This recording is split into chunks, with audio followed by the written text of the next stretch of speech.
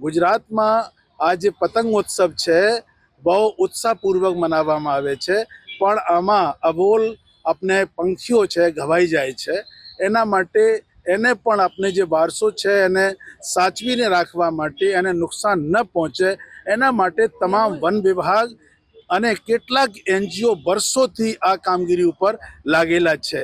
અને એ આપણે ખ્યાલ છે કે આ બોડકદેવ સેન્ટર છે 2006થી શરૂ કરવામાં આવ્યા હતા અને 2017થી આ કરુણા અભિયાનની શરૂઆત થઈ અને એ સદંતર આ કામગીરી કરવામાં આવી રહી છે. તો જ્યારે માનનીય મુખ્યમંત્રી અહીંયાના ધારાસભ્ય હતા ત્યારથી પણ આવતા હતા અને આ પરંપરા જાળવી રાખવામાં આવી છે. તો 10 તારીખથી 20 તારીખ દરમિયાન જે કરુણા અભિયાન આખા રાજ્યમાં ચાલવાનું છે એ આજે માનનીય મુખ્યમંત્રી શ્રીના વરદ હસ્તે અહીંયા એનું ઉદ્ઘાટન થયું છે. અને મને આશા છે કે ઉત્તરોત્તર જે પક્ષીઓની સંખ્યામાં ઘટાડો થતા જાય અને એની જે ઘવાય છે એની જીવંત ટકાવારી પણ ઊંચી જતી જાય છે.